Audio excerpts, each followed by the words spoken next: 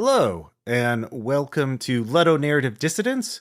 In this episode, we're going to be traveling to space as we are reviewing Traveller in this season 2, episode 16. Just to get it out of the way, it does have the future conditional tense, the word will, at least in the Mongoose 2022 core rule update, which is the version that we are using, focusing on for our review, because Traveller's many things, and part of that many things are many editions, from 1977, the original edition by Mark Miller, to this update of the 2016 version, published by Mongoose. And the current rules were developed by someone we've mentioned on the podcast before, Gareth Hanrahan.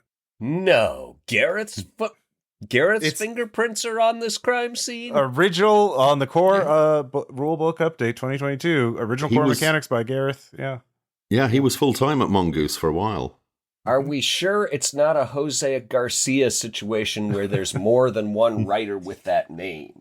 I'm not working at Mongoose, I don't think. It's possible. There's more than one James Wallace, you know. There's a Jamie Wallace who popped up in the early mid-2000s doing some, I'll be polite and say indifferent D20 material, and I think has gone to ground again. But yeah, that was a weird time. Sorry. Yeah, well, no. I'm just going to have to take comfort in the fact that, well, I now know Gareth can do wrong. Wow. That's an early hit. I may just have to come out and say that of everything we have read for this podcast, I liked this the least. Wow. That's okay, right? That's an I statement. Like marriage counselors tell you to make. Don't say you're a frigid bitch. Say, I feel that sometimes you don't listen to me. Right? And then I feel that I did not enjoy this game or pick up anything that it was trying to put down. Let's just come out of the gate swinging. Traveller, as described by itself in the introduction, is a science fiction role-playing game, the far future. A multitude of universes await players, and you can run almost any kind of science fiction setting, from highly intricate cyberpunk worlds to campaigns spanning entire galaxies where mighty empires clash and suns explode. If you have a favorite sci-fi film or TV show, Traveller will be able to replicate it for you, bringing your best loved futuristic moments to your tabletop. So that's the pitch. It's the kitchen sink of science fiction role playing. That is the premise of the game. That is what they claim. Mm-hmm. And to me, that's like saying, with this V8 engine, steering wheel, and 4 tires, you can make any kind of car you want. And I'm like, could I get some seats or a chassis or a speedometer? Yes, you can have any seats, chassis, and speedometer that you care to build yourself. Mm-hmm. Or you can buy one of our add-on speedometer, chassis, and tires. Not to mention all the bodywork. Yeah, and it's like they went through and carefully removed anything that might be, any setting detail that might spark joy or be interesting or be weird. Every one of those has been removed with surgical precision and replaced with an ad for a different book. Well, so it's like, yeah, go on. Yeah, I'm gonna have to pace myself. Yeah, we have a full episode to get through. I think that's the implication, though, is that they leave this much negative space because you're supposed to fill it in yourself. They want to give you the framework in which you can run. Of course, you can make the joke. Oh yeah, you got science fiction in here. Yeah, we got both kinds of science fiction, space operas and space westerns, and yes. Yeah, it does feel like that to a degree, because obviously, being an Eclipse Space fan, the fact that they totally remove cybernetics as a transformative technological element in a society, and things even like quantum entangled communications, FTL communications, and so on and so forth. well, kind of glossing over the alien stuff, like, oh yeah, the aliens, we have dogs and cat people, and that's all. Two alien races, and they all have faces and are bilaterally symmetrical bipeds, roughly on the same scale as a human being.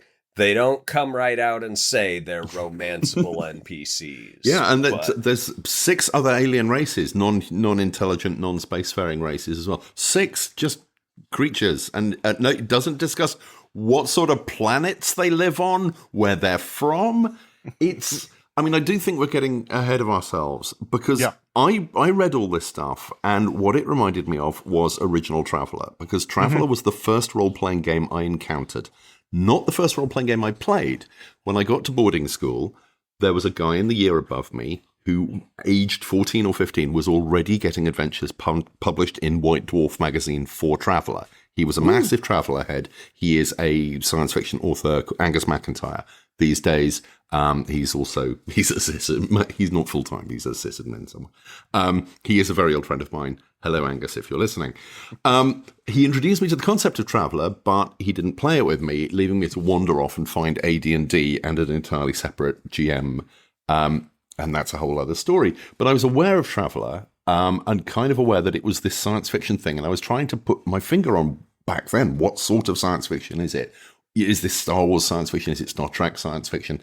Is this Harry Harrison? I was very into the Stainless Steel Rat books. Could I play a Stainless Steel Rat game? And the answer was kind of, it is what you want it to be. It's a toolkit. Here's all the bits that you expect to find in science fiction of the late 70s, early 80s, and you put it together yourself. And this Mongoose rulebook really reminded me of that. It's still basically a toolkit in its basic form. And if you want to go out and find out about the Zodani, who, the great adversaries to the Imperium are mentioned in passing a few times in the Mongoose rulebook. The Zodani, the great other people who are, as I recall, and it's been a while, I think they're psionic, or at least they're much more friendly to the psionics and stuff like that. You'll have to excuse me. It's been a while since I've read original Traveller, and there is 3 mentions of the Zodani in this rulebook, all of them in passing. At no point are the Zodani actually described. They have no mention in the index. The Imperium, the Empire, essentially, the human empire, that's pretty much everything of what they call the, is it core space? Charted space? Charted space, thank you. The core setting, which is not described at all in this rulebook, except for one paragraph. That has one entry in the index, which refers you to the psionics chapter, where there is one paragraph about the Imperium and the Zodani. And it's not a long paragraph. And that's about it for background. It's extraordinary. And everything else, you're just kind of trying to pick up from implication and inference and side mentions. Oh, the spaceports and the mighty dockyards of the Imperial fleet. Okay, so they've got a fleet, and there's mentions of all the various noble ranks you can have. Oh, yeah. Okay. I'm like, wait, feudalism? Feudalism? Yeah. But it's not a proper toolkit, because unlike something like GURPS Space, which came out late 80s, early 90s, I think, Lloyd Blankenship, work of genius. Absolute, for me, one of the best GURPS source books ever published. That is literally a toolkit. It's like, here are the components of your universe. Here's some polystyrene cement. Stick it together however you want. The Mongoose stuff, it's like getting a big construction set or a one of those model kits without the instructions. They don't really give you any sense of how to put it together. There's no, and this was the problem I had back in the day, there's no narrative structure to original Traveller. And Traveller, I'm going to digress now, because you mentioned this is the Mongoose edition. There is a different current edition of Traveller. Traveller has forked. There are multiple simultaneous editions of Traveller on the market. And we went with the Mongoose one because apparently it's better, or at least less confusingly laid out. It's also the newest. So yes, there is that too. I mean, that was my, I'm like, I'll get the latest one. This seems simple. Yeah, the Far Future Enterprises did Traveller 5. and their latest update, version 5.10, was reprinted in 2019. Yes. So yeah, got a couple of different years. Yeah. Now, Far Future Enterprises is the company that owns Traveller, and I believe is still run by Mark Miller, who created Traveller back in the 70s. Wow. And I used to know Mark back when I was running role-playing companies because he worked extensively as a print buyer also in the industry. If you wanted to find a good printer who'd do you a good price on a book, you'd go through Mark. And he's a lovely person and a very talented game designer. I'm kind of interested now to see what direction that one goes in, because this is, it's lacking, as I say, narrative structure. But it came out in the late 70s, so it's up against D&D and Tunnels and Trolls, which don't have an implicit narrative structure either. They don't tell you how to tell the stories, but what they do is they say, you're in a dungeon, and that tells the story for you, because you follow the path of the dungeon, and mostly it's kind of linear. And then you get to either a fork in the road, or you go outside and there are roads to follow, or the adventure at that point starts telling you which way to go. And I'm sure there are good Mongoose published adventures for Traveller, but I was racking my brains. There is no classic adventure or campaign for Traveller. You name any of the great role-playing games, there's at least one great campaign for it. Dungeons & Dragons obviously has Dragonlance and multiple others. RuneQuest has Griffin Mountain. Call of Cthulhu has Mask of Nyarlathotep or Shadows of Yog-Sothoth. Warhammer Fantasy Roleplay has The Enemy Within. They've all got one. I can't think of a single. The only Traveller adventures I can think of are the ones that Angus MacIntyre wrote in White Dwarf. Those are the only ones I can remember.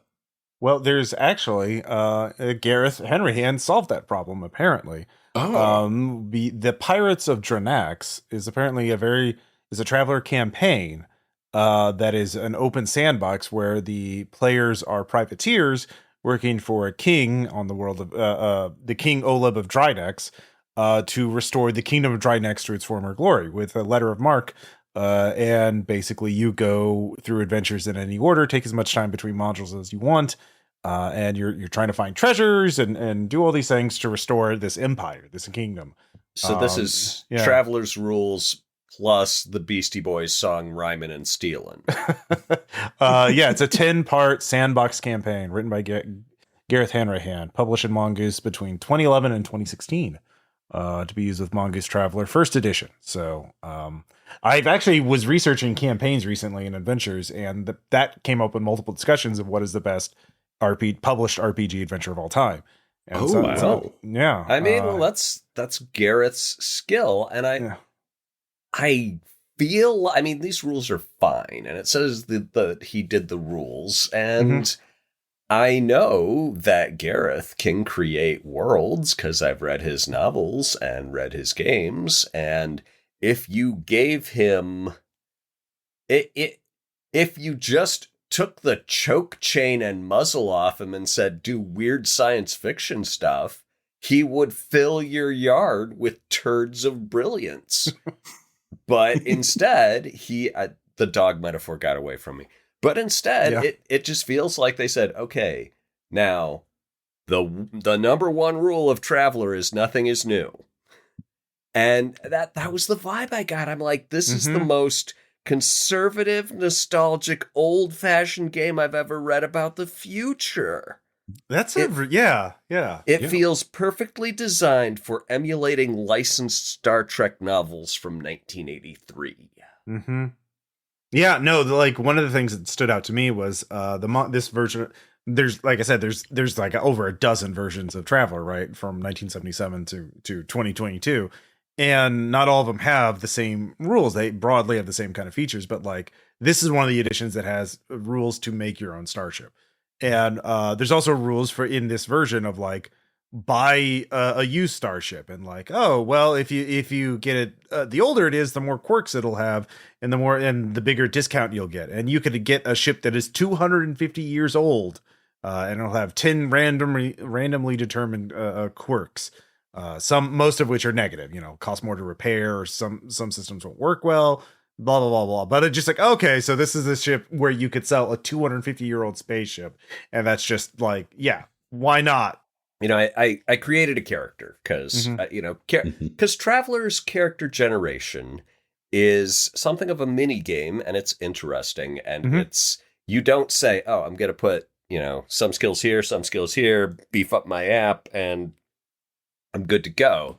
It's like, okay, what's happened in your life to this point, and roll on these charts to see if you got into military school, and you didn't. So now you're going to have to, go to these lesser professions because you didn't get into the academy. And by the time you came out, the character I generated was a former corporate espionage agent / scientist, probably still kind of bitter that he didn't get into the university, but, had to work his way up, and then got so fed up with academic infighting that he became a corporate spy for the money.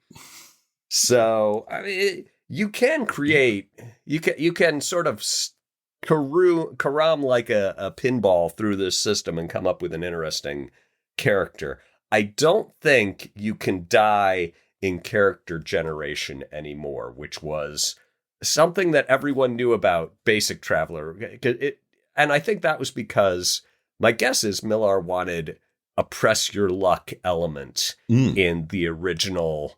Okay, well, you could go back and do another tour and rack up a bunch more skill points. And, if you go to war, you are going to get all kinds of valuable experience and maybe a promotion or a medal or some shit. Or you might get your arm blown off or just be killed. Because it's war, baby. Yeah, and there's elements of that in the modern system as well. You can be very badly wounded. You can have parts of your body replaced with whatever alternatives are available at the time. But I think you're right. Death isn't in there, and I think you're exactly right. It is a push your luck mechanic. You know what they've replaced it with? Did you catch what you can get instead of death? What have they replaced it with? Medical debt. That's right. The motivating factor driving your character to adventure in the space lanes could be medical debt. And if you start off with a spaceship, it's probably mortgaged to the hilt. You can also go to prison too, and you don't know exactly when you're going to get out. You have to roll to determine how long you stay in prison. I'm going to say I really like this. I mean, it is close to, it's a massive expansion on the original system of character generation, which is the generational thing. And eventually you call a point. You go, okay, at this point, my character will start adventuring or will enter the game. That's really nice. It's a much more complicated system. It's much crunchier. There's a lot more detail. There's a lot more intricacy. There's a lot more big random charts. And I had a sudden flash of realization as I was skimming through this, actually earlier this evening, trying to get a handle on it. And I just went, it's an OSR system. That's what it is. There's no background. There's loads and loads of random tables. All your encounters are on random tables. Your character generation, it's mostly random tables. Essentially, apart from the fact that it's not actually based on the D&D mechanics in any way, and it's not in a fantasy world, this is very OSR. In turn, and it's kind of, and you go out there and you do what you want and you find the adventure, and the GM will roll some dice and go, it's a farming planet and there's a lost child. Do you get involved? And they go, well, we've got to sell some stuff and our ship's broken down, so we need some money. Yeah, sure. We'll go and look for the lost child. Whatever it is, whatever result has come up on your, because it's an entirely D6 system, so they have the D66, which is the equivalent of percentile dice. So it's not a chart from 1 to 66. It's not 66 entries. It's, what would that be? 36 entries. Yeah, 36 entries. Like, there's got to be an easier way to do that. Well, you want a game that only uses D6s. Like this, the basic resolution mechanic is rolling 2d6 and then adding a modifier, trying to hit a target number, usually of 8. Look, man, so many modifiers. If you want to do 36 options, here's the easier way to do it. It's a chart followed by 6 subcharts. And it's like, you roll your d6, and that tells you which subchart you're on. And the 6 subcharts have flavors. And the subchart number 6 has cool stuff, and subchart number 1 has bad stuff, and the others just have, like weird themed stuff. But it There, can be boom. fun, Craig, to roll a D66. It's fun to have a D66. I can see that it's more fun than many things in Traveller. I think if you want a game where you're seeing what the universe is going to throw at you, there's almost Powered by the Apocalypse style stuff in here. You can be very, very player-led. And there's even stuff in the character generation system I was not expecting for bonds, links to the other characters. I thought it was feeling really kind of upbeat and quite modern at that point. And then you get past that into, actually, it's the moment you're out of character creation into the skill list, because this is the skill list you have read 1,000 times before. There is nothing interesting in that skill list. There is nothing you have not seen before. Nothing original, nothing that gives the game any flavor whatsoever. It's just your basic list of the kind of skills you would probably expect if you read a bunch of science fiction from the 70s and 80s. And they're so grainy. Why do I need to have a skill for diplomat and a skill for persuade and a skill for steward? This is all just basically different names for brown-nosing people. Yeah. No, it's, I think perhaps this is, I don't think perhaps this is definitely a legacy system where they want to make it. I don't know how backwards compatible this is with older editions, but I imagine it's not that hard to like take older scenarios or material from a previous version of Traveller and run it and adapt it for this version. So I think like part of Traveller is now it's just like, this is what Traveller is.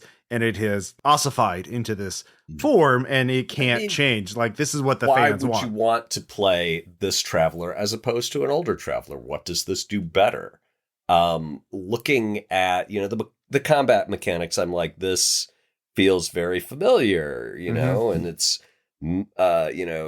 mod stacking, significant action, minor action. I mean, it looks like a very, very solid, well-balanced, well-thought-out implementation of the kind of system that everybody has, that has been around since the 80s at least.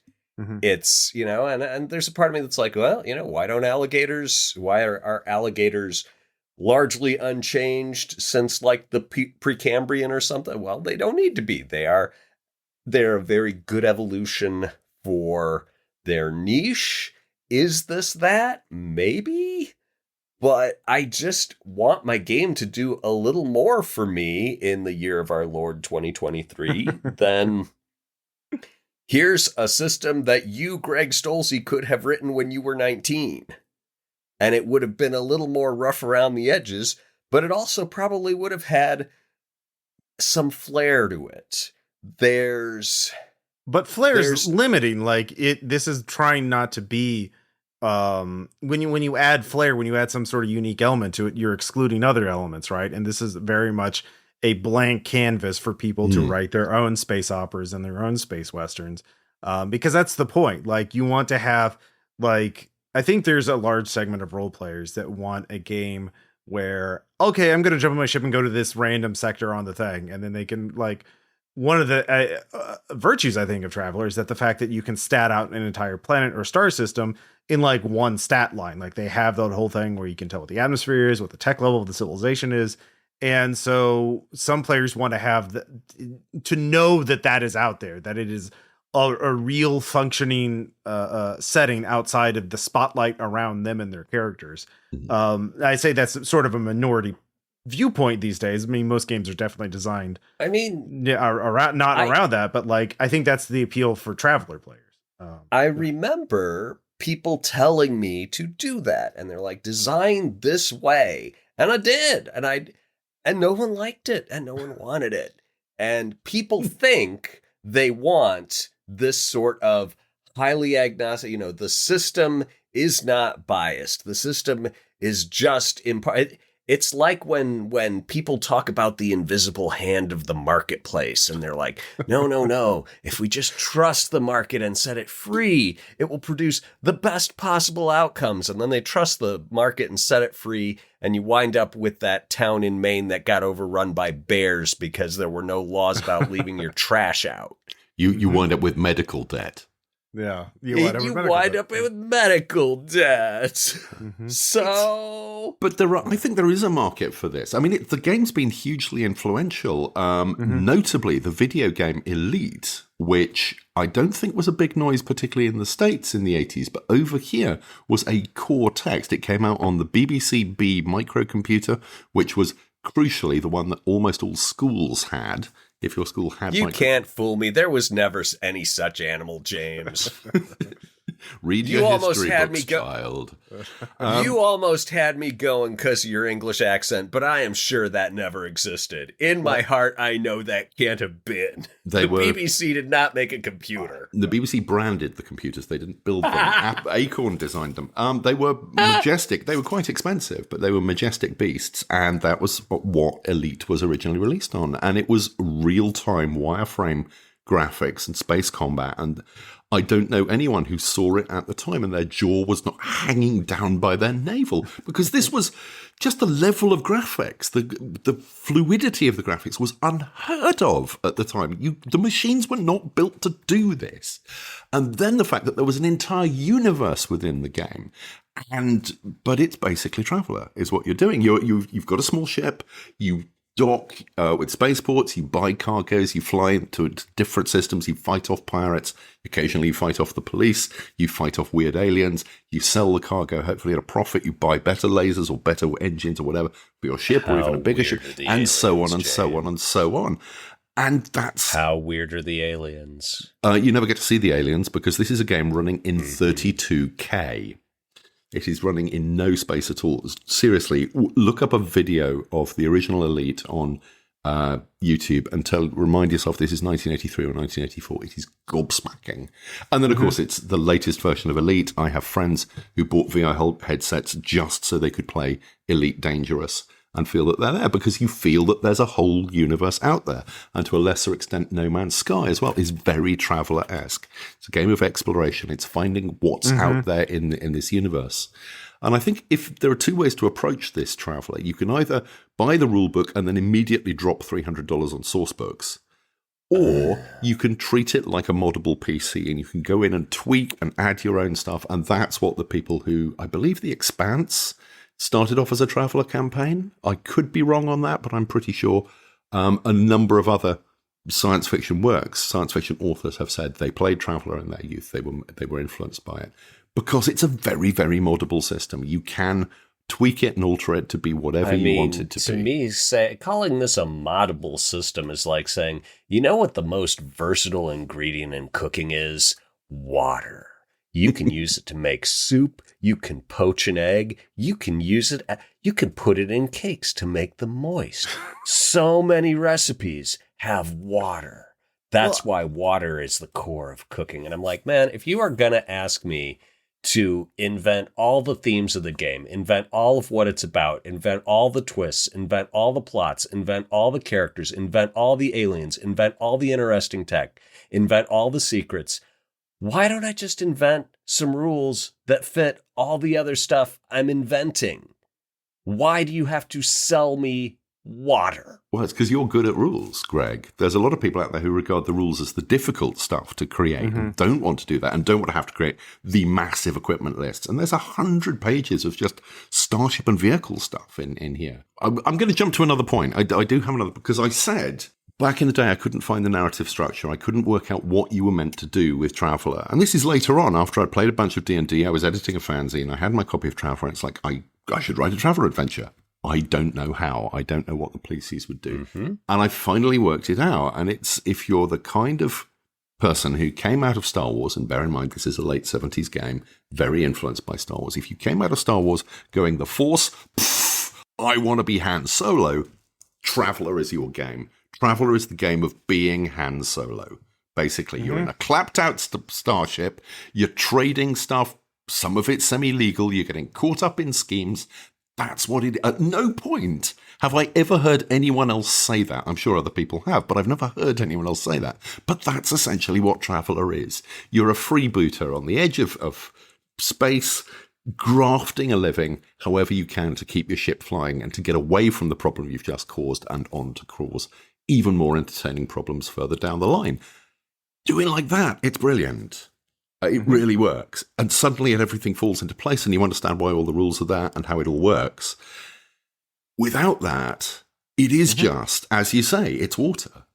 You're giving it a lot of credit, I think. I don't know. So there was well, in 1977 it was revolutionary, right? Oh, because, yeah. Compared to D&D. But it's not 1977, Ross.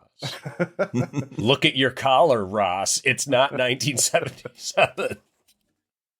Well, I mean, look down. Is the carpet orange? It's not 1977. Well, I mean, there's that sort of inertia, you know, people know this. And like, I think there's a huge demand for science fiction that is like, it's basically just, it's spaceships. That's the killer tech, right? Like it's what a spaceship can do. And like having a rule set, like there is a website, travellermap.com, that I'm looking at right now, which maps out charted space. And you can zoom into individual planets and it will show you what's on individual planets and like have a little stat block for each planet that is statted. But then you can zoom out and you can see how many there are. And there are thousands. And then you can zoom out and you can see the entire galaxy. To have that freedom that of like, cool. Yeah, and exactly. And that's let's buy something on one planet and go to another planet and sell it and make a profit.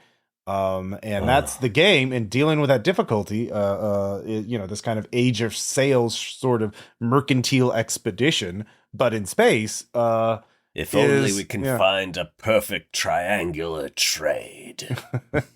Yeah, exactly. All right, I will tell you guys the one plot that came to my mind as I was reading Traveller, and I'm like, okay, engaging it on its own terms.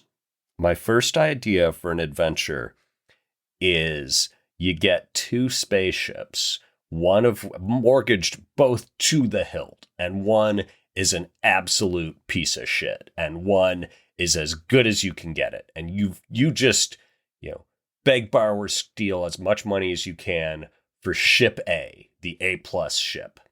And then you fly it out somewhere, dump it where no one will find it, and file a false report that it went down with all hands on board, right? That everybody on board died, while in fact they've transferred to the D- ship. And then you cool it off for a while, come back with the D- ship, and declare it fully paid off salvage. And now you dump the D- ship, default on it, let the skip chasers take it. You now have this was the most exciting thing I could think of to do with Traveller was large scale insurance fraud. Well, I mean, that's the thing.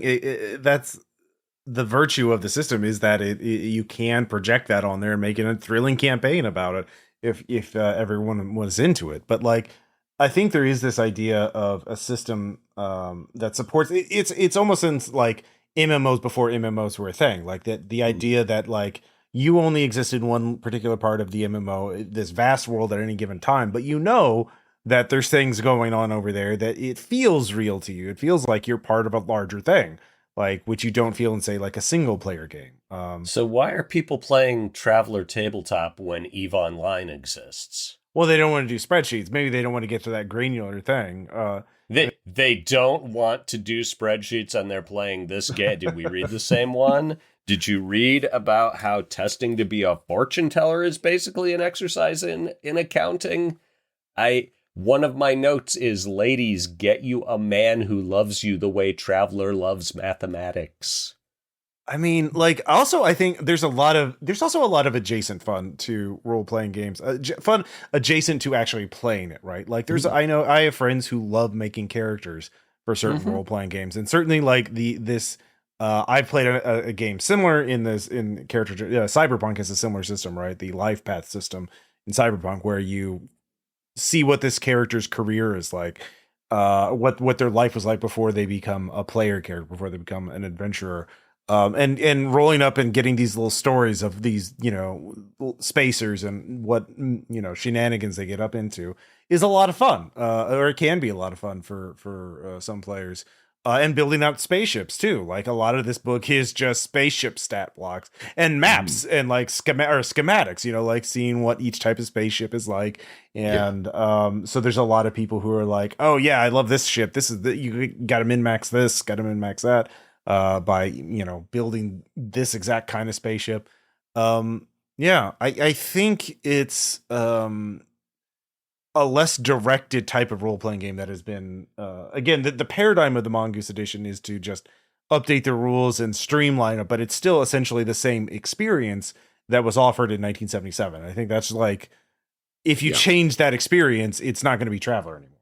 Yes, and we made the same point about Call of Cthulhu, the latest edition of Call of Cthulhu as well. It's very much aimed at people who have played Call of Cthulhu for a while and are looking for the same experience, but in some way better or different or changed mechanically or slicker mechanically or with more background information, but fundamentally the same core experience. And yes, when I say this rulebook reminded me an awful lot of the same books that I remember reading that had been published in the late 70s.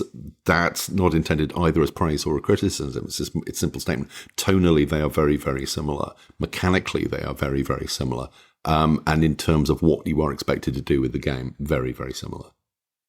Again, judging reviewing a role-playing game or judging it by like something that has like nearly like literally almost 50 years of publication history, and it's trying to maintain some kind of continuity in that. I think this particular edition of it achieves this goal admirably. It's just, it's obviously it's not a kind of game I would play in if I'm going to play science fiction. What can you imagine a person under the age of 20 playing this game unironically? Under the age of 30? Under the age of 30, sure. Like, I think a lot of it is also like the Traveller is also heavily informed by science fiction novels, like particularly like space operas, and like they Mark Miller listed a number of books that influenced Traveller.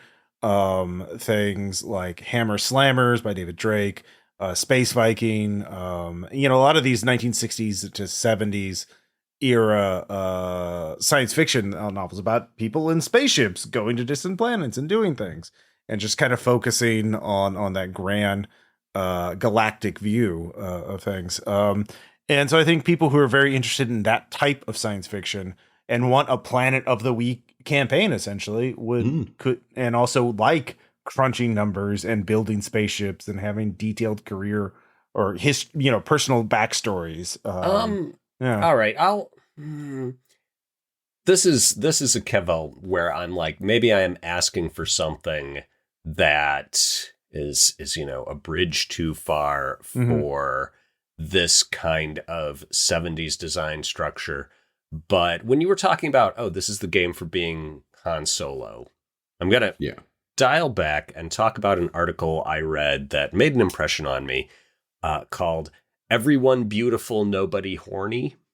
And it was about the MCU. And it's like, what is going on with all these characters who are physically perfect and depicted in these very attractive ways, and yet there's there's nothing raw or sensual or, horny about it. It's all weirdly chaste. And a phrase from that article where it was talking about Snake Plissken in Escape from New York. And they're like, there's never a scene where Snake has sex, but the character definitely has powerful sex haver energy. And similarly, in Star Wars, if you look at the main character, you're like, Luke Skywalker's a virgin. Leia, probably. Han Solo, hell no. And Chewbacca, he's but you could write a book where you could have written this book in a dozen minor ways to accept the reality that human beings are highly sexual animals, and there's none of that. You could have stuck it in a dozen places in character generations, like, oh, here's where your terrible love affair happened, and or here's the dame that got away, or here's where you were in love and it didn't work out because of their parents. But that's not there. That's not there at all. And so you cannot have a Han Solo who's not cocky. And Traveller doesn't seem that cocky. Traveller seems to be like, well, Jimmy, if you handle your money very carefully, you might find that golden triangular trade, and you'll finally be able to upgrade from the far trader to the fat trader. It's going to take a while, and you're going to have to skip those avocado toasts and latte drinks. And you'll pay off your medical debt. You'll pay off your medical debt. You'll get your ship out of mortgage. I'm like, man, I don't even want to deal with my real mortgage. Don't give me a pretend mortgage. People say red markets is a depressing game, but it's beaten by the punch by decades. But I tend to think if you want a game that gives you an entire pre-mapped universe, or the ability to have this entire pre-mapped universe and everything laid out in very concrete and understandable mechanical forms, you don't want that wild narrative stuff. You want something that's quite locked down. The personality type of the kind of GM I'm extrapolating. And I apologize to Angus, who I have tied implicitly to this game, and he is not that kind of person at all, and neither is his science fiction. But if I think if you're drawn to this kind of system, you're also drawn to the kind of story that everything is. That's why you've got all these tables. Everything's pre-planned for you. Everything is organized. You know where everything is. There's nothing messy in there, like Han Solo risking, 2 or 3 girlfriends, boyfriends. It's never canonically established what Han Solo is into. Running into each other and something like that. I think for you and me, that would be catnip. That would be a fantastic evening's entertainment. But I think for a lot of Traveller campaigns, it's like, no, let's go and see if we can capture the bounty on those space pirates and pay off some more debt. It is about the numbers. It's the numbers within the game and the numbers within the world.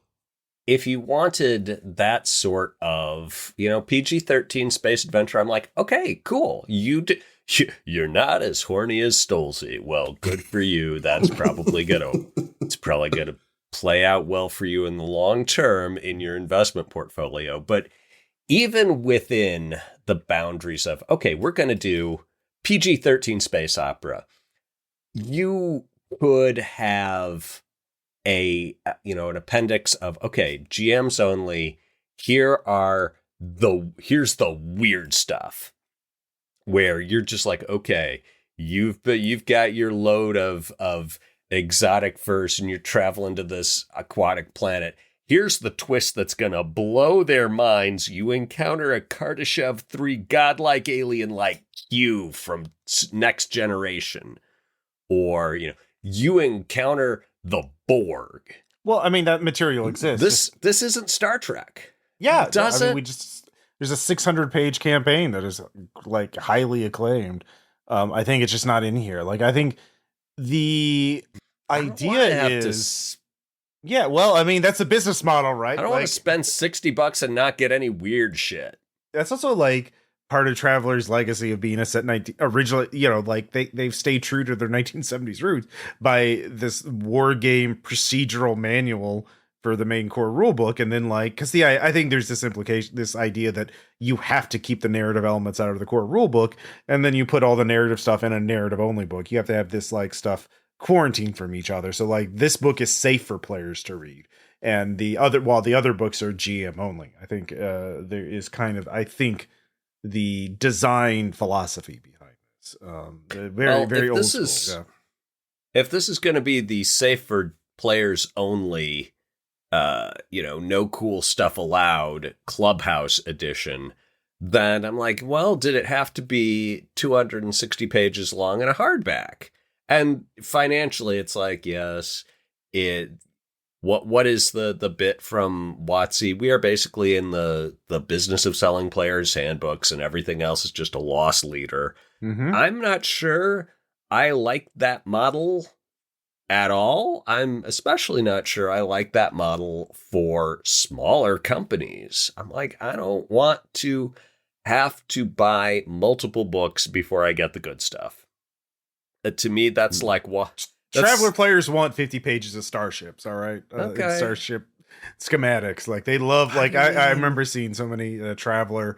Like this is the tug cargo ship X-18, or whatever. Like just seeing random old Traveller supplements in the used section of my local game store. Yeah, no, I mean, they've been selling these for 50 years because people like seeing schematics of spaceships, And their spaceship schematics are nice. I did like the spaceship schematics. Yeah. They And people look like good. thinking about what they're going to do with this stuff. I mean, a lot of I think I've talked before about the Games Workshop hobby. The underlying principle, and Games Workshop are quite upfront about this. The Games Workshop hobby is not about playing Warhammer. The Games Workshop hobby is about collecting miniatures, modifying the miniatures, painting the miniatures, and playing the game. And playing the game is kind of, it's the end of the process. An awful lot of people never get there. They think they're going to. It's kind of a justification for the minis and for spending all of the money. But, in terms of the actual time you spend playing the game, it's dwarfed by the rest of it. And I think Traveller and a number of other role-playing games are very much in that space. If you spend far more time thinking about the game and planning the cool stuff you could put into it. And that includes I did enjoy the rules for building spaceships in this. I thought that was very nicely done. It reminded me a lot of Car Wars and the car construction step in that. I could see a bored afternoon, I could put together some lovely spaceships and they would be lovely and I would have a lovely time thinking about the adventures that I and my friends would have on them, and then I would never run the game. Exactly. Yeah. I'd still get value for money out of the game. Mm-hmm. Yeah. It's, as far as I'm concerned, job done. Yeah. In that way, a lot of it is very well put together in terms of, as I likened it to a construction set. There's an awful lot you can do here. You can spark an awful lot of ideas. You can drift off and think about things to do and come up with lovely ideas. Whether you ever actually play them is almost beside the point. We've all, I'm sure, got libraries of role-playing games that we will never play. At the same time, we are very fond of and pull out and read from time to time and go, oh, cool, I could do such a thing with that. You never will. The closet drama aspect of role-playing games is someone called it that. I think it was probably Robin Laws. Probably, yes. Of, some people, buy games and never play them, but enjoy reading them. And that's okay because you can't stop them. And if you did stop them, every game designer would starve to death. But I'm like, if this is going to be my closet drama game, I want more drama. I don't know. It just... Well, on the next to last page, they have not only an ad for Pirates of Dranax, but another campaign, Deep Night Revelation. So, like, again, and then they have a whole line of adventures, from rescuing slaves to saving underwater cities, from investigating a vicious murder to recovering a spacecraft on top of an active volcano. Traveller has that advantage that suits every style of play. So, yeah. I mean, it's very much, Star Trek Planet of the Week, like a different thing every episode. Yeah. This feels to me like if I walked into a Dairy Queen and I said, I want a dilly bar. And they're like, cool, we'll get you that dilly bar. But first you have to eat this handful of Brussels sprouts. Well, I mean, it shows this sort of like generational, well, maybe not generation, but like broad change in design philosophy. Like back when Travelers you made a general purpose role-playing game, an engine that could power adventures of all kinds. And then it kind of handled everything sort of well. But like, now we want more tailored games. Like I was actually thinking of another role-playing game while I was reading this, which I've run a small campaign of, Scum and Villainy, which is a Blades in the Dark sci-fi game where you're all Han Solo or like a Firefly crew, and they have like various and it's 370 pages, but like it has the Blades in the Dark mechanics, it has all the playbooks, for the types of crew, the doc, the smuggler, the muscle, the mystic, and then all this, and then it does have setting stuff for one system with 6 planets. You're just bouncing between 6 different planets in the default setting. And it's very focused on being a criminal scumbag in space with one space. Dirtbags. Yeah, cosmic dirtbags. You have one ship. It's like the crew for Blades in the Dark. It's a shared resource for all the player characters that has its own stat block or stat sheet. And it's a very different experience than Traveller. But you could do a scum and villainy type campaign in Traveller, but it would be kind of like your characters are all very similar to each other. They have different skills, but they've had 4 to 20 years before they became adventurers, and they all use roughly the same rules, except maybe the one psionic you have on the crew. Was I the only one who read the psionics rules? And I'm like, these feel like they were like someone was forced to insert these, but didn't really want to, because it's like, oh, it's really hard to be a psionicist, and also it's illegal, and also they're really hard to use. But also, if you do manage the 1 in 1,000 chance of becoming a psionicist, you do get these things where, oh yeah, normal people are basically just playthings to you.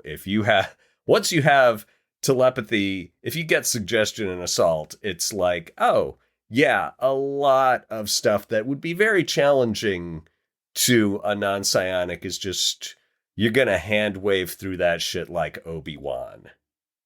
I mean, or more. It's, it's like, oh yeah, if you roll this well, then they'll even obey suicidal suggestions. It's like, hey man, you don't want to keep me out of here. What you really want to do is take that gun, put it in your mouth, and pull the trigger. You want to. Come on. That's a good fella. Which, that could be creepy. That could be interesting. That could be weird. I approve. But it's a minor, tiny element of this that is so walled off and restricted. And I don't know. I mean, okay, a thing that interested me was in the psionics rules about teleportation, right? And they're like, okay, if you teleport up far enough, you get really, really, really hot because your potential energy increases and it expresses as friction. And if you teleport down really far, you get really, really, really cold. And I'm like, okay, I can see that you really wanted teleportation to generally suck, but the way you've chosen to restrict it, the choke you put on it was a really fascinating physics-based one that I did not see coming. And I'm like, if everything was that unique and well thought out, I would love this. I would be jealous of it. But it's, it's like these 3 little drips of melted ice cream on my handful of Brussels sprouts that I have to eat first. I like Brussels sprouts. I'm just going to say that. I'm not sure I like these Brussels sprouts. Brussels sprouts are good if they're cooked correctly, but I'm talking like raw Brussels sprouts with the stem where it's really bitter. Yeah. Yeah, I think we're taking this analogy perhaps too far. But I think, I mean, you're looking for the cool original stuff in a game that I don't think has any need for it. I think Traveller is very much the game for a known universe. And if the GM wants to inject really cool new stuff in there, then they are free to do it. But most of it this is all predictable stuff. The technology is known. The races are known for the most part, unless you're out at the outer rim, prospecting new planets. Most of this stuff is described, or it is familiar from existing works of science fiction, or even from works of science fiction that were influenced by the game. And if you want that style of game, then this is absolutely the system to run it under. And I mean, I guess my instinct is, and people want that? I have said before that I feel like the killer app of the tabletop role-playing game is the way it can encompass wildness, the way you can just go off on some wacky tangent, or you can insert some crazy thing, or the GM says, hell with it. The disease you're fighting is now self-aware, and the game can absorb it in a way that a computer game cannot. It can deal with radical injections of imagination. And this does not feel like a game that embraces radical injections of imagination at the table. It's a game that says, if you want to do radical injections of imagination, do so while you're building your setting in the privacy of your own home, but don't expect that from me. And I'm like, man, why are you getting into tabletop role-playing games, the most chaotic form of storytelling, if you don't love chaos? This is why I do everything I do for chaos. Leighton Warhammer fan, huh? I see. Not really, but I've heard the phrase. Yeah. I think what Traveller does, I think their idea behind it was to like, here are all the constants, the standard settings of this galaxy, of this setting. Here's all, like, if you decide to go in a random direction, go to this planet, you have a general sense of like how the authorities work, how the bars work, how all the things work. So anything that is not like this, the GM has customized, and it's worth poking. Like, this is like a design philosophy in which, like, sometimes player characters don't know where the GM has put the adventure. Like, sometimes where the emphasis of the adventure is. Like, and when the GM spends too long describing something in a Traveller game, like, oh, well, that's the special thing. We need to go check that out because he spent more than one sentence to describe it. It's not a class 5 world or whatever. It's this world, huh? Okay, well, we'll check that out. So anytime your GM is saying, are you guys sure you don't want to go back and check out the candle store some more? Yeah, exactly. Yeah. No, we want to go back to the tavern and check out the kobold in the tutu. You mentioned once 2 scenarios ago, and which we will not shut up about now. Yeah, so like, every single world has its own tavern, has its own, baron or leader or whatever. So when the GM mentioned a candle store, which no other planet has, you're like, well, maybe the candle store is important, huh? Like, and so I think that's kind of like the idea behind it is to create, because the real world, like everyone has presumably some idea of how the real world works. Like, oh, cars need gasoline. If you call, the authorities, they'll show up in a reasonable amount of time usually. If but like in a science fiction setting or a fantasy setting, you don't know what the conventions are. You don't know what the norms are. And this is like, here are what the conventions, here are the norms of the galaxy. So anything, so you can alter it, but like, here are some conventions to work against. So the players all have a shared set of assumptions about the setting, which can be very difficult, like in Eclipse Phase. Yeah. The design philosophy is, here is everything bland and everything typical and everything ordinary.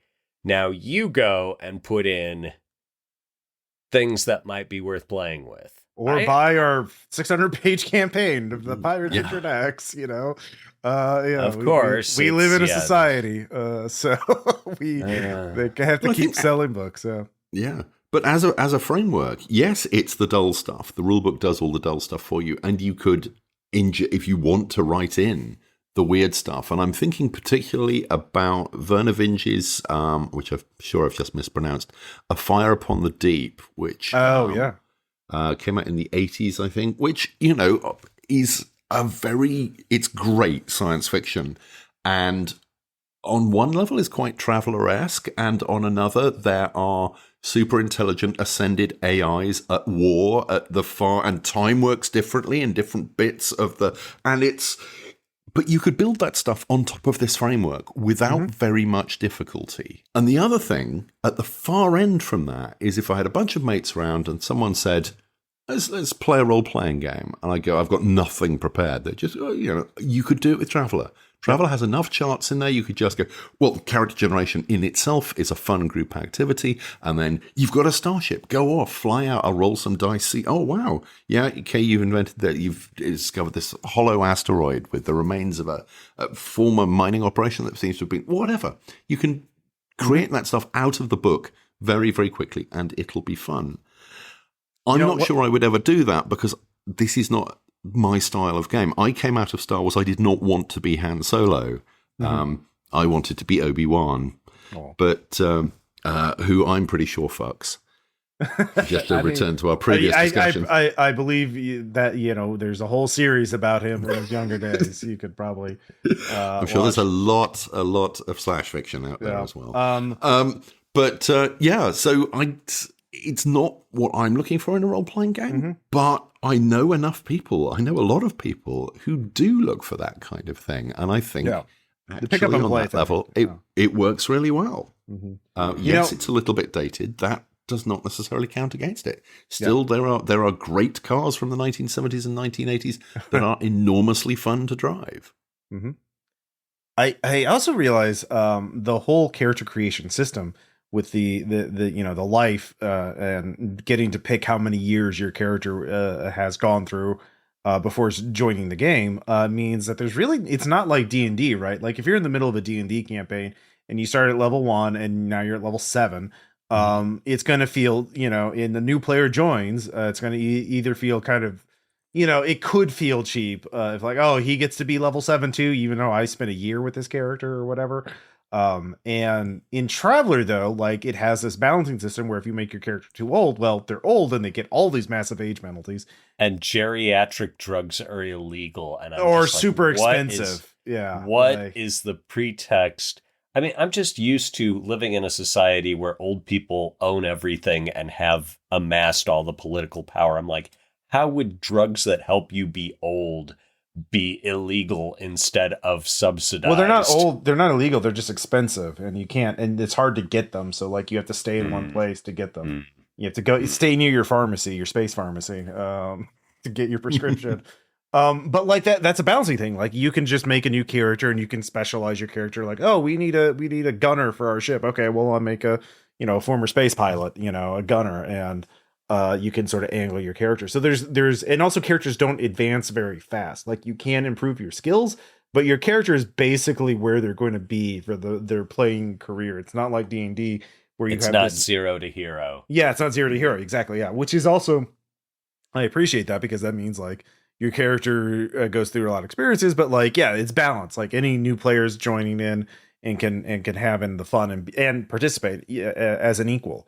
Well, I'll throw this out there, which is a thought that occurred to me just this very second, which is why I find dialogue with the two of you so valuable. is what it pulls out of me.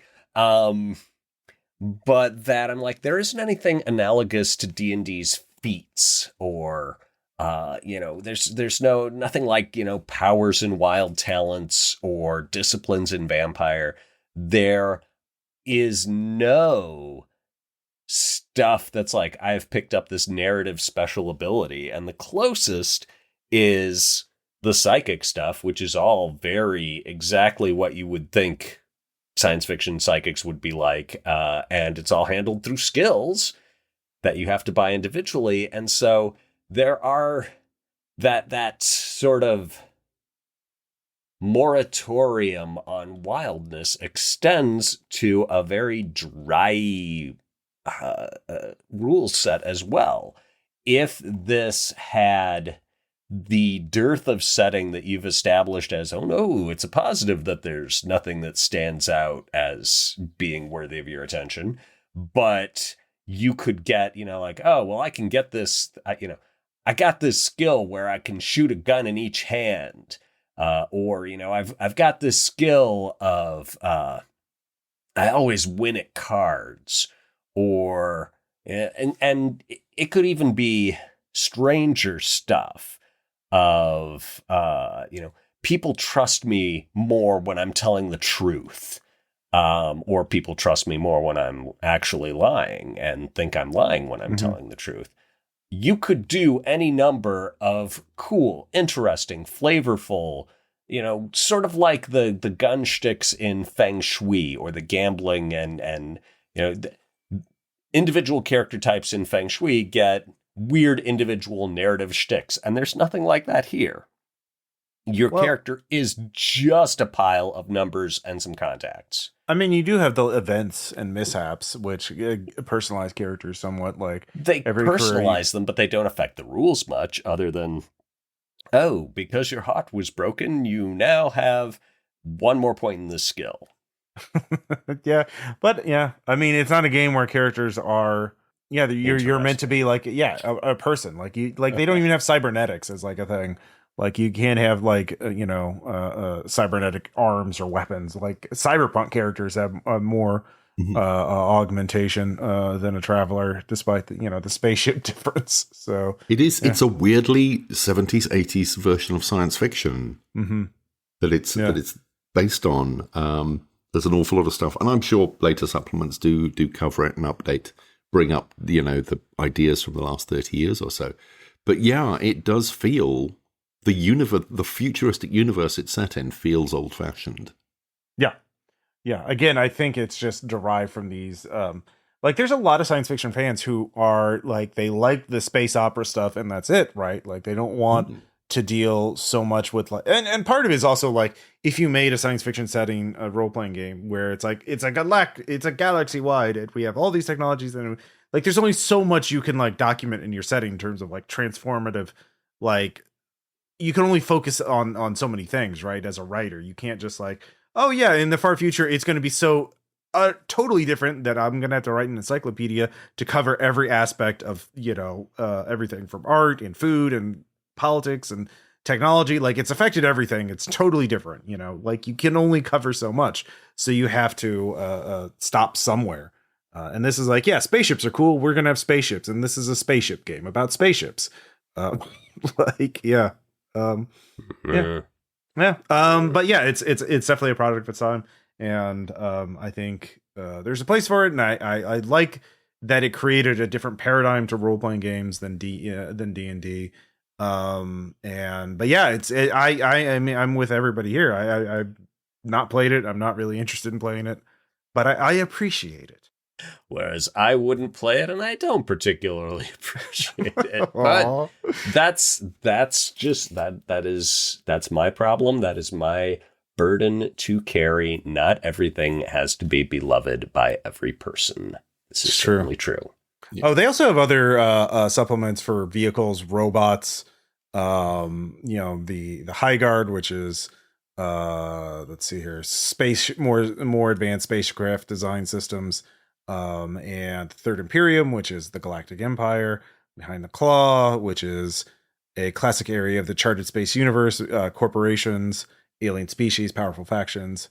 Oh, the Central Supply Catalog. I gotta have more gadgets. Yeah, gotta have gadgets.